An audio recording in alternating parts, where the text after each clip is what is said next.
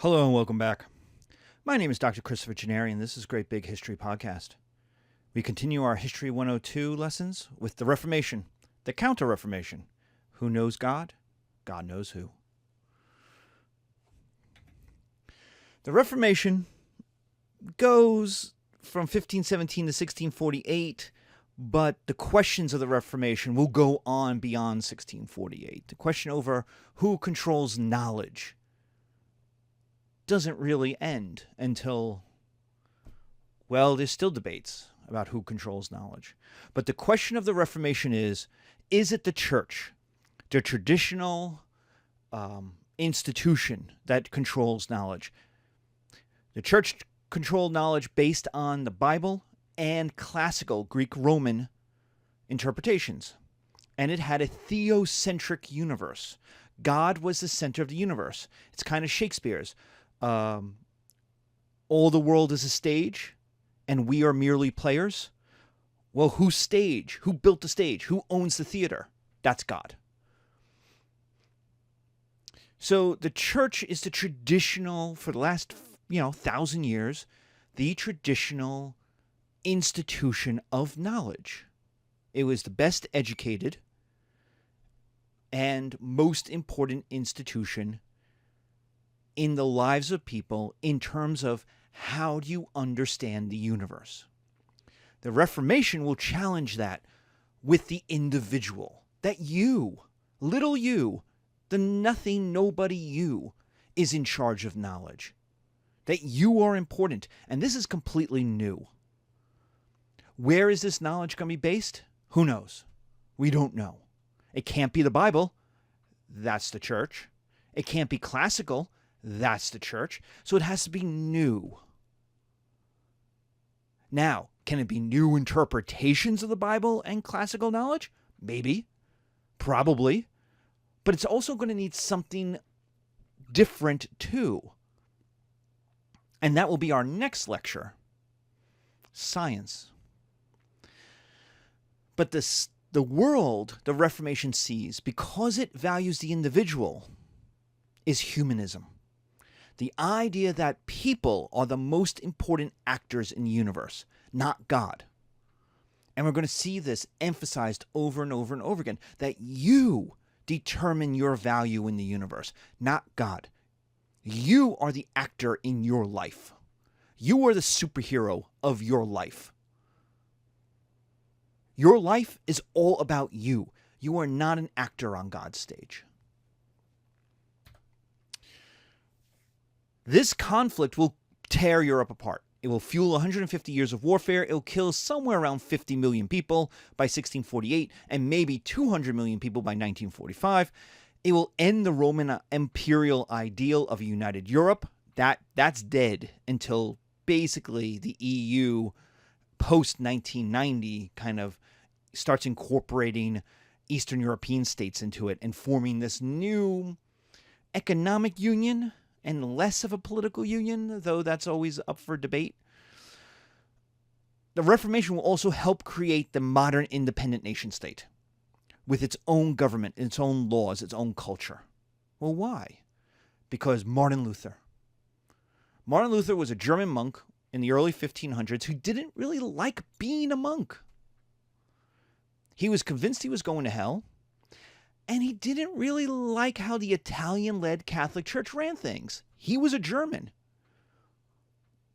Why do I have Italian priests in a German church? And he didn't like the way the church in Germany was treated by those Italians. How they kept sending money to Rome, and the money didn't come back.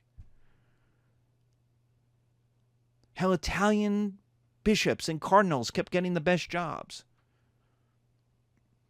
Meanwhile, German priests and monks got locked out. He didn't really like how the Italians led the Catholic Church, which, fair enough. And in 1517, he will write the 95 Theses and then nail them dramatically to the church at Wittenberg. Now, nobody cared. I'm going to tell you, it's always portrayed as this, I will nail the... Basically, he did vandalism, right? So, I always think about, the priest, the head priest, the bishop, would have opened up the door and go, what who's knocking? What do you want? You know? But the 95 Theses, he's got 95 problems, and the Pope is one. Is the idea that the church needs to reform. These are 95 things he has a beef with. And the biggest one, the one that will play the biggest kind of the thing that sticks in his craw, the thing that's in his grill, is indulgences, which are payments people give to the church in exchange for prayers. And the payment is to be used to build St. Peter's. Now, St. Peter's Basilica is the largest church in the world. Why does the Pope need to build St. Peter's in 1500? The reason why is 50 years earlier, the Hagia Sophia got conquered by the Turks and turned into a mosque. The Hagia Sophia, built by Justinian, was the largest Christian church in the world. Now the largest Christian church in the world is a mosque. That's embarrassing. And so there's other reasons why the Pope would want to build St. Peter's, but the big one is to show that Christianity is powerful, it's rich. And so what they sold were indulgences, and people bought them. And the idea is priests would say prayers, and if you've ever been to a Catholic Mass, you know we do this at the beginning of every Mass. We say prayers for the souls of the dead. And the idea of that is that those prayers help someone get out of hell sooner. You couldn't have been a jerk. Or God takes mercy on those who people pray for. Like, that makes sense. Like, don't you want that? Like, your child dies, your wife dies, someone you care about dies, your mother dies. You don't want them in hell. And remember, in 1500, everybody goes to hell for a little while. There's no one who's that good. Remember, even Jesus went to hell for 3 days. So if Jesus went, we all got to go. That is not the current Catholic Church teaching. It's now very hard to go to hell. But you have to understand, in 1500, everybody went to hell for a little while. And one of the ways you got out of hell quicker was important people said prayers for you. Because, remember, Jesus and God have mercy. And so if you're asking, dear God, help my wife, help my child, help the soul of my mother, they're good people, I love them, I want them in heaven to be with you. What good God wouldn't say, all right, I'll give you 50 years. I'll give you 100 years off the punishment. Now, what happens if a church, 100 people, 500 people, 1,000 people say those prayers? Does Jehovah not answer those prayers? Of course Jehovah answers those prayers. Jehovah is mercy. Jehovah is love, right? Now, what if a priest does it? What if a bishop does it? What if a cardinal does it? What if the Pope does it? All those people in the hierarchy are worth more than little old me. So me by myself may get 50 years. 1,000 people equals 1,000 times 50. But one of them is the priest. Well, he's worth 200 years, right? And then the bishop happens to be there that day, and he says he's worth 500 years. And then the cardinal is asked, and he says, yeah, okay, I'll give a prayer for the soul of your mom. And that's 1,000 years off, right? And I'm important enough that I write to the Pope and say, hey, I'll buy $1 million worth of indulgences. Can you say a prayer for my mom? And the Pope says, of course I can. No problem. Thanks for the $1 million. We're going to build St. Peter's. It's going to be great. And what's your mom's name? Let's get going. And that knocks 10,000 years off, or whatever it may be, right? This is fine. This is the way it has always worked. Martin Luther looks at that as bribery, that you are paying money to get people out of hell, that you can leave money to get yourself out of hell, right? You are bribing God. That is not God's mercy. It's you using a loophole to get out of hell. Remember, Martin Luther is convinced he's going to hell for a long time. And so he's looking at all these problems. He's looking at all these things going, that's really bribery. 2, No one understands the Latin Mass, nor the Latin Bible. No, it is 1517. Why are you doing the Mass in a dead language no one speaks? Nobody understands. From a book that nobody can read. You need to have the service and the Bible in a readable language. It has to be accessible. This is what Martin Luther says.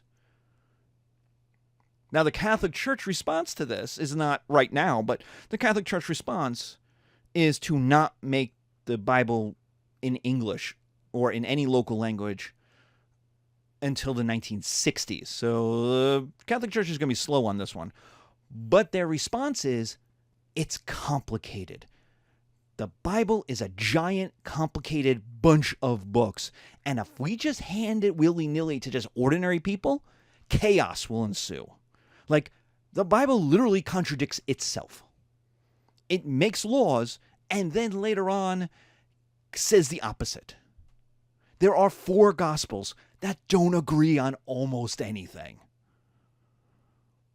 Which one's right? They're all right. Which one's wrong then? And they're all wrong. If they're all right, then they all must be wrong. Right? That's the problem. And so you kind of really need to be a theologian to know this, which is a problem because Martin Luther looks at these Italian priests, these German priests, and go, most of them are decadent. They're poorly educated. They're bad at their jobs. Now, Martin Luther is he doesn't like being a monk, but he's good at the thinking part. He's good at the education part. He's a smart guy. I'm a Catholic, but I'm also not the biggest historical fan of Luther. And I do this period. I do the early modern period. I am a Scandinavian historian from 1520 to 1721. This is my period, right? And I'm not the biggest fan of Luther. I'm not blown away by him. But credit where it's due. The man knew how to think. And he looks around and goes, these priests aren't doing a good job. They're lazy. They're decadent. They don't want to really be priests. They don't want to really be monks. They got a good job because it was a good job that didn't really require much. These people aren't called to be priests. They got nowhere else to go. They're rich kids who are lazy at it. And so they have wives and they have kids and they like their silks and they're drinking and they're just know none of them read. They don't read. They don't really know St. Augustine. They can't do a debate at all. Most of these guys are just losers. And he's not wrong. Even the ones who are trying to be good at their job are stuck in a system that doesn't encourage goodness, efficiency. It's a system that is decadent. It hasn't had to compete for 1,500 years. Martin Luther also has a problem with the icons, the statues, the sacraments, the silks, the ceremonies, even the Pope. All of this stuff is extra. It's not in the Gospels. You don't need it. It's all superfluous. It's all extra. It's all just stuff to spend money on and then to ask for more money. You don't need it. And so it's not pure. It's all fat. It's all, and I can't really say that because fat is necessary. You need fat, right? Fat is when you eat a steak, you want fat in it. And so it's not fat. It's just extra. You just don't need it. And it's got problems with the Ten Commandments. It's got problems with the Gospels. Remember, Jesus is a poor dude who walks around with nothing. And so, Luther's looking at the Gospels going, these two things don't work. And what does the 1,500-year-old Italian church do? It laughs at him. It's like, come on, dude. Whatever. Do I really have time for a depressed, angry, disaffected German monk? Come on. Living in the woods of Wittenberg? I mean, come on, please. Like, I'm the Pope in Rome, please. But he has some good points, as we pointed out. Like everything, all those points. Indulgences, people don't understand the Latin Mass, the priests are decadent, all the icons and all the extra stuff, it's all true. It's all right.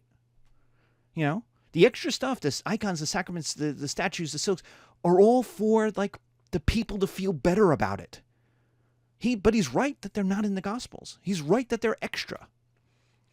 And so the world is changing. The discovery of the New World, the bubonic plague, all said maybe the church isn't right about everything. The church didn't know the New World was out there. There's nothing in the Gospels. There's nothing in Plato. There's nothing in Aristotle about the New World. And the bubonic plague, people went to the church and said, how do we solve this? How do we fix this? What do we do? People are dying. And the church went, live better? You're sinful. And they said, but my grandma died of this. My baby's dying of this. Like, my baby is 2 years old. My baby could not have been sinful. Like, they couldn't answer the problem of the bubonic plague. If you do my 101 and do my Renaissance video, we talk about this. The bubonic plague killed 25% of people. All people. Right? Basically, if you got it, you were going to die. I don't know what the kill rate is, 75% more, but the church couldn't answer what was causing this, and more importantly, how do we stop it? So people began questioning the church in the 1300s or 1400s, and then breaking away, and you get a lot of heresies, and you get a lot of like, maybe the church is not right. Not so far as to say it's wrong, but maybe it just isn't right about everything. And once you start questioning that, you can start questioning everything, right? 3, local priests were pretty bad at their jobs, as we talked about. It wasn't a calling. It was just a job for rich kids to do. So I'm rich. I got a bunch of sons, right? One is going to inherit the land when I die. One is going to go into the military as an officer. I'm going to give him a pension. I'm going to give him the money to hire recruits. Boom, he's an officer. What do I do with the third? Or the fourth? Well, the priest is there. The priesthood is there. So I get him a bishopric. I buy him a bishopric. I buy him an abbey, a position in an abbey. And boom, he's got a job. And I know he's taken care of. The problem is that's not a job he really wants to do. Plus, the church is pretty decadent. Cardinal Wolsey, the Cardinal of Great Britain, at the time of Henry VIII, had a mistress, had kids. He lived in palaces better than the king. He lived in palaces. None such, for example, that were King Henry, when he sucks up the church lands, when he does the Reformation, he looks at Wolsey and goes, I'm taking all your stuff. And Wolsey's like, that's great. That's okay. You can use it. You know, it's okay. Thanks. And he's like, yeah, you have good palaces. He even took Cardinal Wolsey's casket. That's how Cardinal Wolsey was like, when I die, I'm going to be put in this awesome casket. It's going to be, you know, all kinds. It's black. It's going to be. Henry VIII took it. So Cardinal Wolsey isn't even buried in the Wolsey casket. That's decadent, man. He liked to live well. Now, Wolsey was a poor kid made good. And we'll talk a little bit about that for good things that the church does. Wolsey was a poor kid who was able to move up in the church. The problem was, for him, it was a way of making money. It was a job, not a calling. It was a way to get power, a way to make money. 4th, universities in the merchant class are more educated people. And they're growing in the 1500s. And they could think for themselves. They don't need a dumb priest. They could literally walk in and the priest could not answer their questions. They were smarter and better educated than the priests were. The local priests. Now, there were higher cardinals. There were still theologians. You went to university. If you went to the University of Paris, those priests teaching theology knew their shit. But the local country pastor in a little dinky town in the middle of nowhere, he doesn't know anything. He's a little more educated than the people. He's educated enough to read the Bible. and to tell people kind of what it means. But what's happening is education is not flowing top down. It's now beginning to flow up. And so you get people having gone to university. You get people in the merchant class who have reading and writing and analytical skills, who have read Plato and Aristotle. And they're better educated than the priests, the local priests are. Problems. Luther sets out to reform, not break the church. But the Reformation gets political. Luther sets out and says, these are my 95 problems. Fix them. He's not trying to make Protestants, quote unquote. He wants everyone to still be Catholic. He just wants a better church. But it gets political, and he gets sucked into it, and the Reformation becomes a political fight between kings and dukes, the Pope. And so we get conservatism. We get a conservative backlash. Now, in the next bunch of lectures, we're going to hear the term conservative backlash a lot, because what we're entering is an age of revolution. The Reformation, science, the Enlightenment, political revolutions, the Industrial Revolution, the Military Revolution. We're going to talk about all of these things, and the revolution means it's change, change, change. Well, not everybody wants to change. And so you get a conservative backlash because conservatives are in power. Because the conservatives are almost always in power because they're conservative. They like the way things are. Liberals only come into power when things are bad. Once things are good, people are like, this is good, let's keep this. So it's why young people in America are liberal and older people, going way back to the beginning of the country, older people are always conservative. Why? Well, older people have more money, they have land, they have investments, they don't want things to be messed up. And young people are like, I don't own a house, I don't have a wife, I don't have kids, I don't even have a job I like, I have no investments. Like, let's change stuff. Change can only be better because I don't own anything. So one is conservatism. It's the conservative reaction to Luther. We get the Diet of Worms. King Charles, remember, Carlos I, Charles V, same guy, the king of Germany, the king of Spain. See, he keeps popping up, and he keeps having councils. He keeps bringing smart people together to discuss stuff. It's one of the admirable things about Charles, is he admits, I don't know. So let's bring smart people together and argue it and come to a solution. And the solution was, Luther is condemned, as Galileo will be later. The idea is, his ideas, Luther is wrong. He's too many problems. He's just a complainer. Shut your pie hole. And just like, you're a little German monk, who cares? Just who cares? And so Charles is like, all right, I'm with you. Right? He's got political motives. He's got money motives. But the invention of the printing press in the 1450s changes really everything. It allows the printing press is not good. The original press is a press. You literally set your type in metal, each letter, right? And you do it backwards, right? Then you put ink on it. Then you put the paper on top. And then you press it. That is a terrible way of making a book.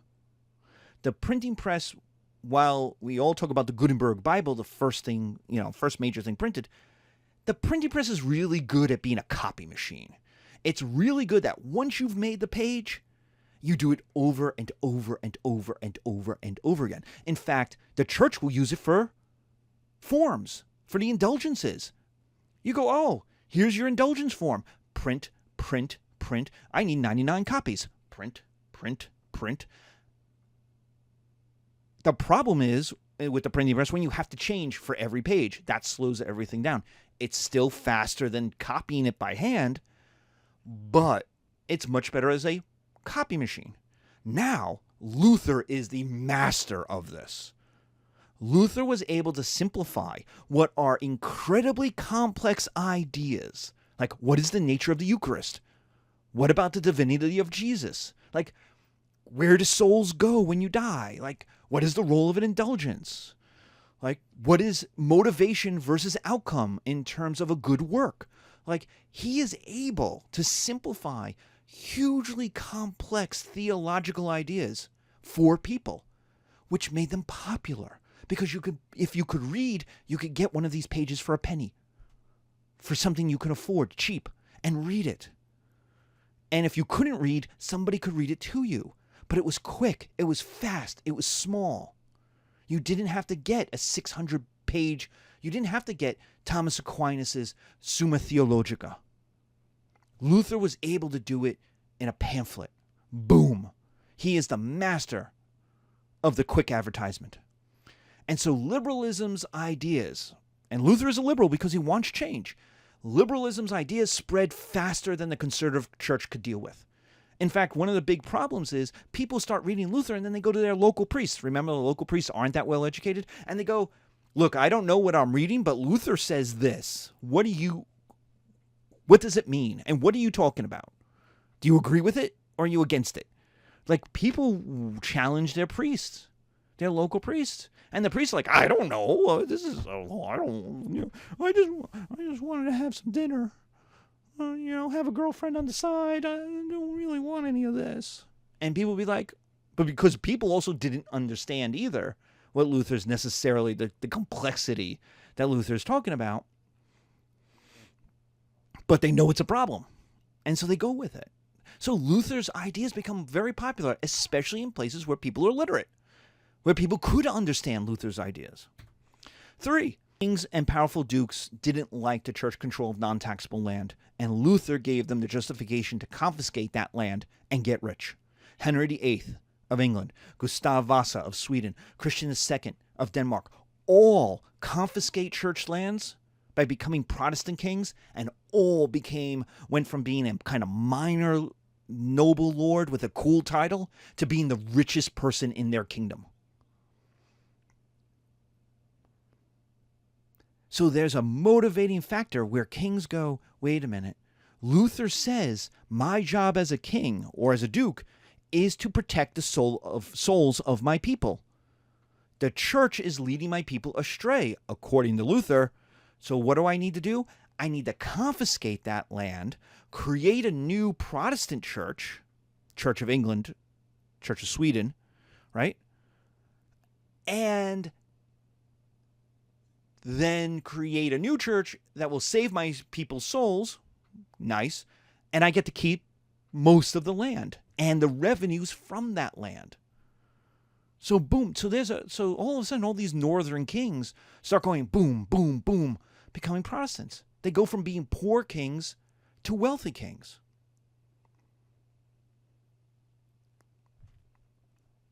Now the rich kings, Spain, France, Germany, don't. Which is interesting. They could have confiscated land, gotten even more wealth, but they were already so wealthy, they wanted the power that came with the Catholic Church. They didn't want to have to restart all over. The Catholic Church did a lot for them, was a big ally. I mean, if you're king of Spain, the Catholic Church is your best friend. And so the Catholic Church strikes back. It encourages Catholic kings to attack Protestants. It says to the King of France, it says to the King of Spain, attack these people. Whatever you conquer is yours. You are allowed to have it. Jesus wants you to conquer England. So when Philip II thinks about sending the Armada to England to conquer England, part of it is that the church is encouraging him to bring England back to Catholicism. This leads to 150 years of war, and the biggest one is the 30 Years' War, from 1617 to 1648. 30 million people will be dead. Germany is wrecked. Spain is exhausted by the end. It is the largest European war since the Second Punic War. That's Rome versus Carthage in the 200s BCE. More men are mobilized for war. More land is destroyed. More devastation happens. More battles are fought in more places than in any war since the Second Punic War. That's how big suddenly wars are getting. They're getting Roman fight for control of the world big. And peace in 1648, the Peace of Westphalia, that's West, Phalia, has in its clauses that the king determines the religion. So the Catholic king of France, France will be Catholic. The Catholic king of Spain, Spain will be Catholic. The Protestant king of Sweden, Sweden will be Protestant. And this creates nation states. This kind of kills the idea of the all-encompassing empire to unite all Europeans. 1648 is the start of countries. Now, legally, as entities, separate. And we haven't really replaced them with anything. Like, empires will come and empires will go, but the country remains. When we don't make new empires anymore, we make new countries, though. We make new nations. So the nation state, a unified language group where you have a government that creates local laws, it has borders. There's a definition for the nation state, but that definition is essentially created in 1648, or at least legalized in international law. What are the advantages of the Protestant Reformation? Why is it a good thing that it happened? Well, one is humanism. You are important. You as an individual. You plus the Bible can know God. You can get to heaven. That's awesome. Remember, you are not important. Not in the history of the universe. The universe is 15 billion years old. What are you compared to that? The universe is infinite in size. It's got how many trillions of stars in it? And you're important? Think about how many people have lived, how many people will live, how many people currently live, and you're important? Holy crap, that's a big ego to say you're important, but that's what humanism does. It says you are important. Your life is important. Yes, you are insignificant in the grand scale of the universe, but you are still important, and you can know God by yourself, and you can get to heaven. 2, education for regular folk is to be encouraged. The Bible comes out in local languages. The Protestant Reformation says for you to be important, you have to be able to read your Bible. To get to heaven, you have to be able to read your Bible, which means you need to be able to read and write, but you also need the Bible in your local language. 3, we get a purer, less decadent, more limber, more populist religion. We get back to the Word. Jesus was an itinerant preacher, not a pope on a golden throne in St. Peter's. And so we get back to kind of old school religion. What are the disadvantages of the Protestant Reformation? Well, first is people are dumb. Like, I just gave you humanism and people are important, and think about how many people are dumb in your life. How many people driving to school nearly get you killed because they do something dumb while they drive?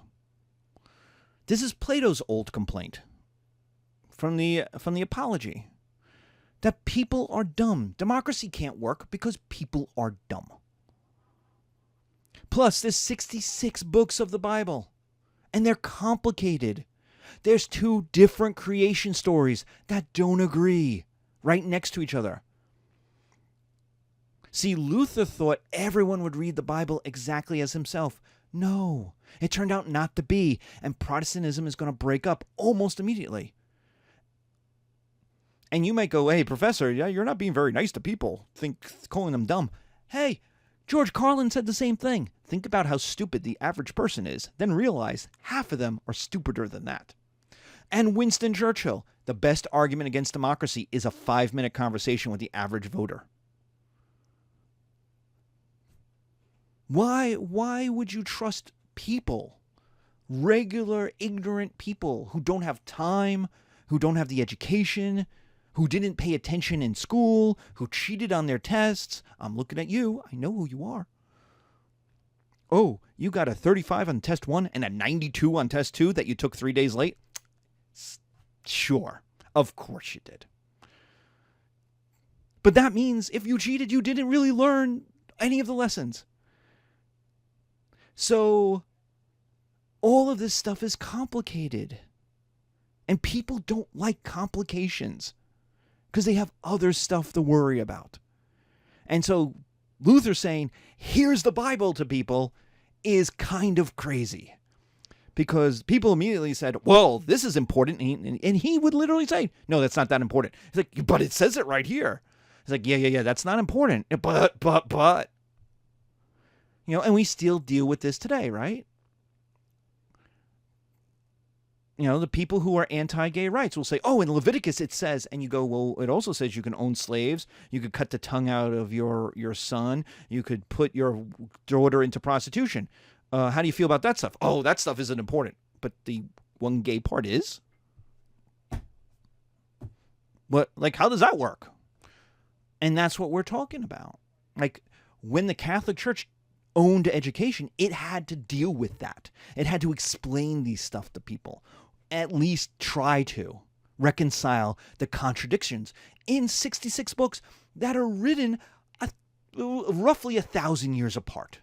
The earliest ones are in the mid 500s BC. The last ones are in the later 100s. Right? So we're talking, 600 years? They're written by different peoples in different languages, in different parts of the world, about events that are way apart. Like, the Moses events that are written 600 years after the Moses events might have happened. So how accurate can they be? What about the life of Jesus stuff? They're written 30 years, 50 years, 70 years after the life of Jesus. How accurate can they be? Right? And so here's the problem is the Bible, it's not that the Bible's wrong, it's that it's complicated. And you have to deal with those complications. And people just are dumb and don't have the time. They're not educated in theology. 2, breaking the church monopoly equaled a splintering of all kinds of faiths. Means pick your church. Like before, when you had to be a Catholic, when the Catholic Church was the only church, you may not have liked it, but there was a unity there. Now, you get the splintering. Like Luther says, great, I'm the alternative. And plenty of people look at Luther and say, yeah, you're a jerk. I'm not listening to you.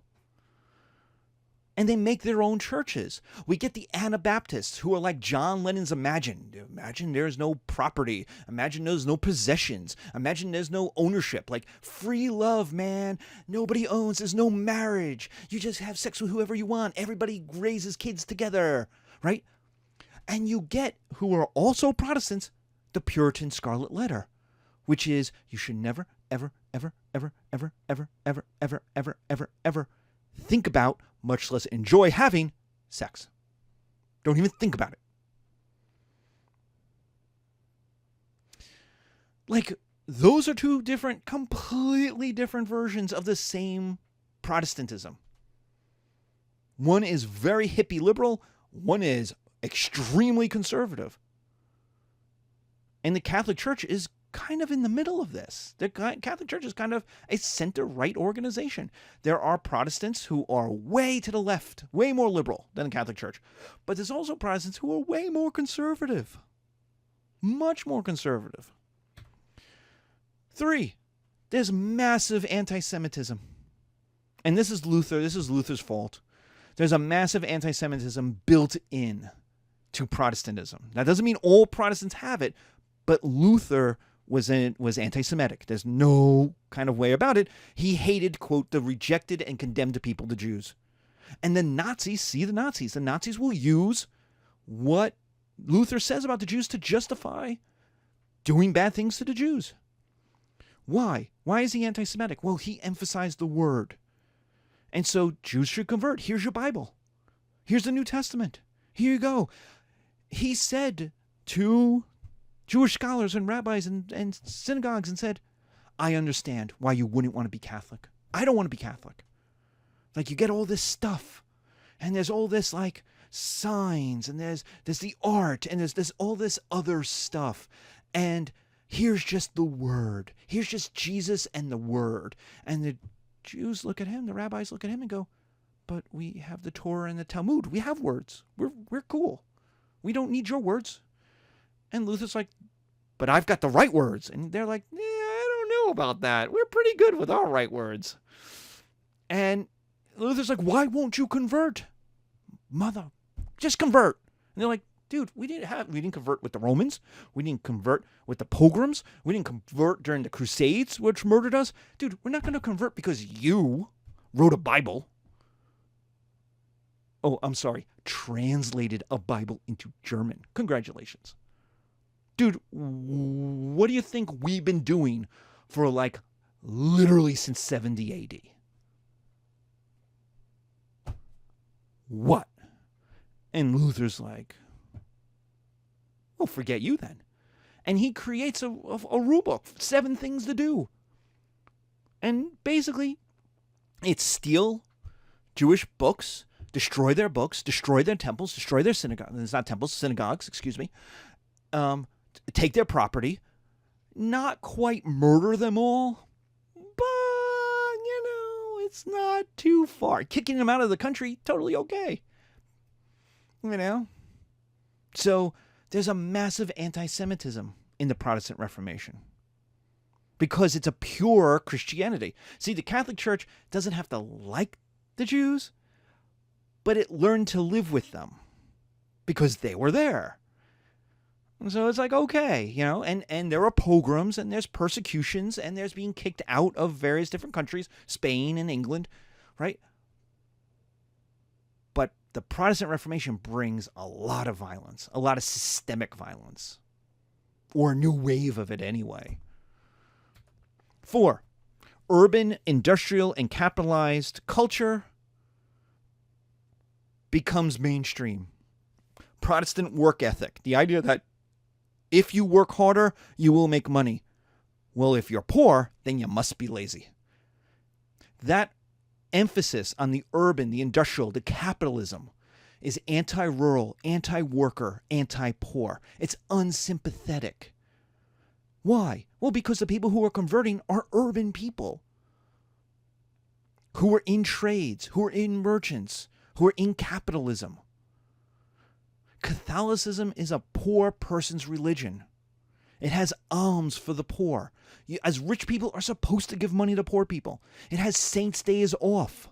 You don't have to work on these saint days. Protestantism doesn't have that. It doesn't have the saints. So if you don't have the saints, you don't have the saint days. You have church burials. Like, even if you have no money, the church is like, we'll bury you. We got you. Every Christian should get a piece of land at the end. We got you. Scholarships for the poor. That's how Cardinal Wolsey enters the church. So that the church does try to raise. It's not always good at it. It's not always admirable at it. But it does try to make poor people's lives better. Protestantism doesn't need to do any of that. In fact, the first poor laws, the first welfare in England in the 1520s differentiates between the deserving poor and the non-deserving poor. There's the idea that, all right, there's old widows, right? And there's mentally handicapped children. Okay, they deserve some kind of money, but, a 25-year-old dude, he shouldn't get anything. Dude, that's our welfare. 500 years later, our system is some people deserve welfare, old grandmothers, and other people don't. F them. Go find a job. Well, what if there are no jobs? Tough luck.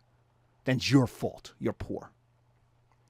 Because remember, in 1520, there's no understanding. There's no economics whatsoever. We're 200 years, almost 300 years away from Adam Smith. We're a long way from economics being even close to a science.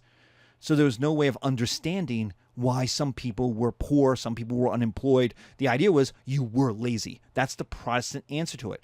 The Catholic answer was there's always poor. There's always been poor. There will always be poor. Don't worry about it.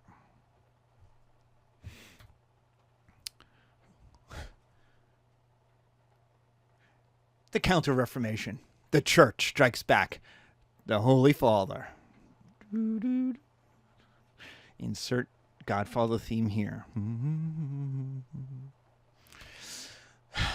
is a 1,500-year-old Italian church, the largest landowner in Europe, the protector and interpreter of the Bible, plus the holder of Greek and Roman knowledge, the successor to St. Peter and Emperor Constantine, the advisor to kings, crusader against Islam, diplomat of the world, the greatest patron of arts, music, culture, the creator of time, the work week, holidays, celebrations, and the scheduler of most people's lives, and the defender of the helpless pickle, i.e. people's souls, including Native Americans and Africans. Is it going to take this shit? Is it going to let some wayward, sex-obsessed, depressed, and nihilistic German monk and a few weak northern kings wreck their yawn? Their John? No! Hell no! Now, wayward means he's not with the program. Sex-obsessed? What's the first thing Luther does after breaking with the church? Marry a nun. First thing he says is, hey, monks get married. And the Catholic Church is like, oh my God, really? Really? This guy's doing all of this just to get his booty. Just get a booty call. Come on. This is not serious, right? At the very least, he's depressed and nihilistic. He thinks he's going to hell forever, right? Come on. Like, this is not, the Catholic response to Luther is, this is not the guy who should be leading the revolution. And much less the King of England and Sweden and Denmark. Oh, come on, man. Like, the King of France is worth more than all of those three kings together. Like, come on. So the church strikes back. And the first thing is the Inquisition. Treat the Protestants and converted Jews and Muslims as terrorists. They're not loyal to the church, which means you're not loyal to the king. So spying, arrests, torture, interrogations, records, archives equal looking for conspiracies. When you're interrogating these people, you double back. You use confusing philosophies. You give, hey, dude, I don't want to torture you. I don't want to beat you up. I don't want to rip your arms out of their socket. I don't want to cut off your fingers. I don't want to take a red-hot poker and put it in uncomfortable places. Dude, just give us names. Just give us names of people. We know. We already know you're in it because you've already been named. So just give us more names. We know.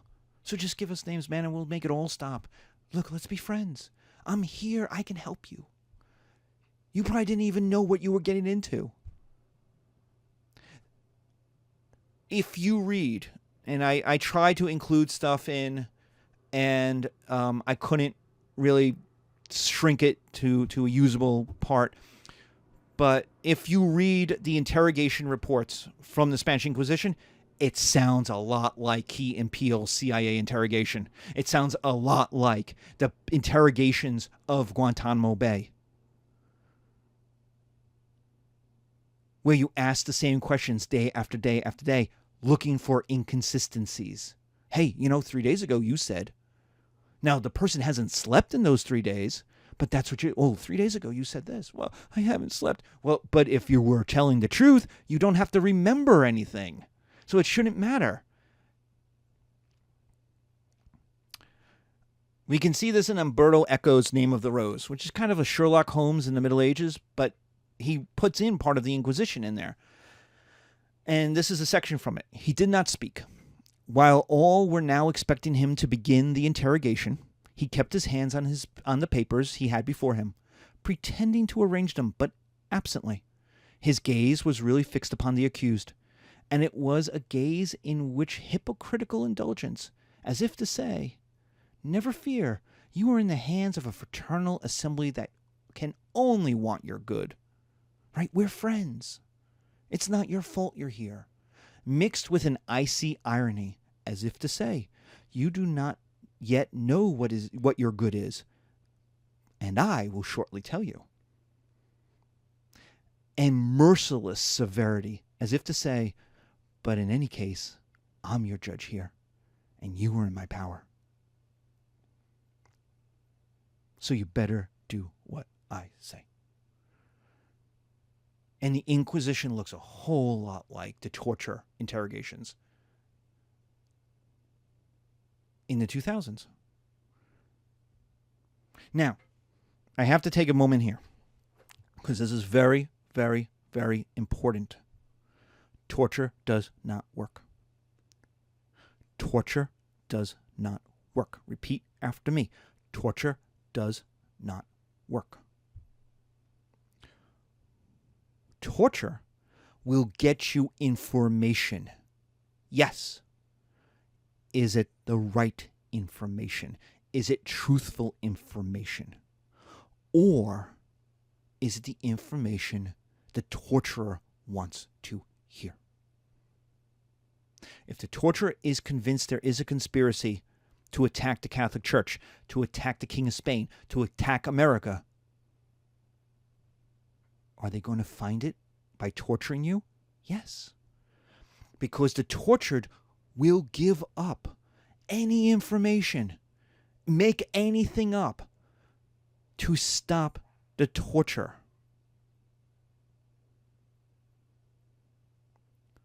You want to cut off my thumbs?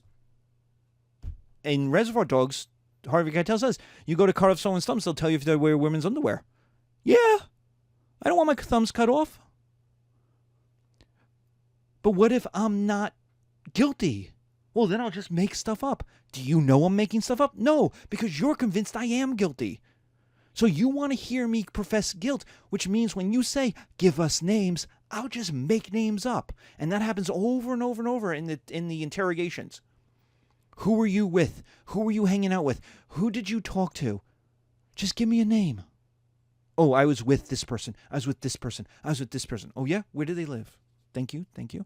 Where did you meet them? Thank you. Thank you. Who else was in the room? Oh, these 3 people? Torture does not work. And I hate that we legitimized it, that the United States legitimized it. We invented human rights, the United States, with Nuremberg, with the Tokyo trials.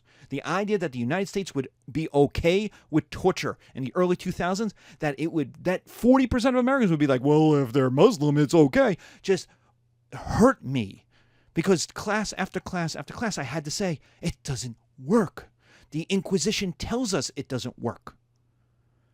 The French Revolution tells us it doesn't work. It doesn't get you good information. It just gets you stuff. Then you have to go investigate, is it true?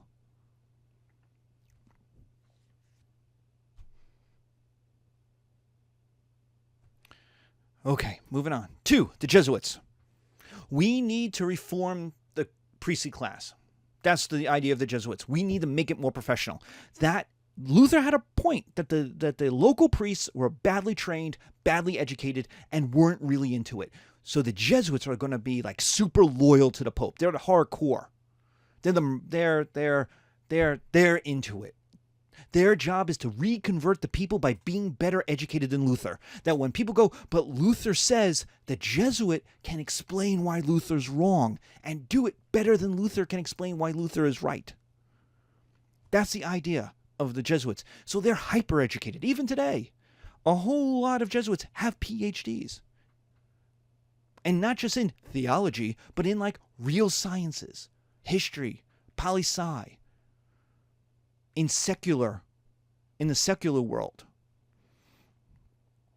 The idea is to be able to explain this stuff. So Ignatius Loyola, who's the ex-Marine soldier who, after being wounded in battle, will, in his recovery, write the spiritual exercises, which are the rules for the Jesuit order, will have lots of rules, and I've pulled 3 of them. The 5th rule, to praise vows of religion, of obedience, of poverty, of chastity. Remember, Cardinal Wolsey has sex with lots of women and has kids. And of other perfections of supererogation.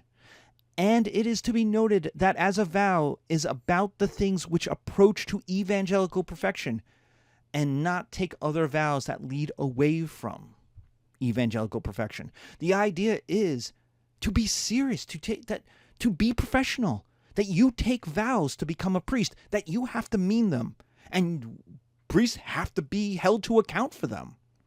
His 11th rule, to praise positive and scholastic learning, to define or explain for our times the things necessary for eternal salvation, and to combat and explain better all errors and fallacies. That's a response to Luther. We have to be better at this than Luther is. We have to convert people. We have to explain it to people.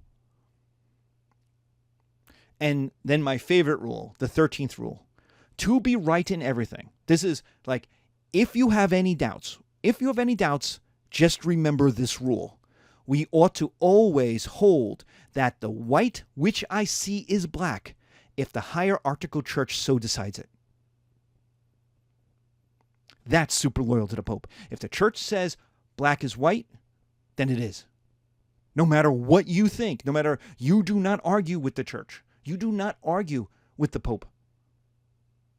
If black is white and white is black, boom, no worries. This will eventually get us to the Pope is infallible when speaking on doctrine. When he sits on the throne and says, this is what the church believes, boom. Not all the encyclical bulls, not all the little writings, like that stuff's not infallible. It's the sitting on the throne, which is very rare. The sitting on the throne and in all his glory goes, this is the truth. Boom. To be super loyal to the Pope. The church is also going to use its one super advantage. I mean, it's been around for 1,500 years. The one thing it has is money. So it's going to invest in art, music, Michelangelo, Raphael. It's going to dazzle people with style and colors and money and robes and purples and silk and candles and ceilings and domes. The Puritan meeting house is boring. It's 4 white walls. There's nothing to it. Like, all right, they have the word. But you know what Catholics have? More fun. See the Irish Catholics versus the rich Protestants on the movie Titanic. Here's Leonardo going, you want to go to a real party? And it's all these drunken Irish people dancing and they're having fun and it's men and women together fornicating and it's all this kind of stuff. And that's Catholic.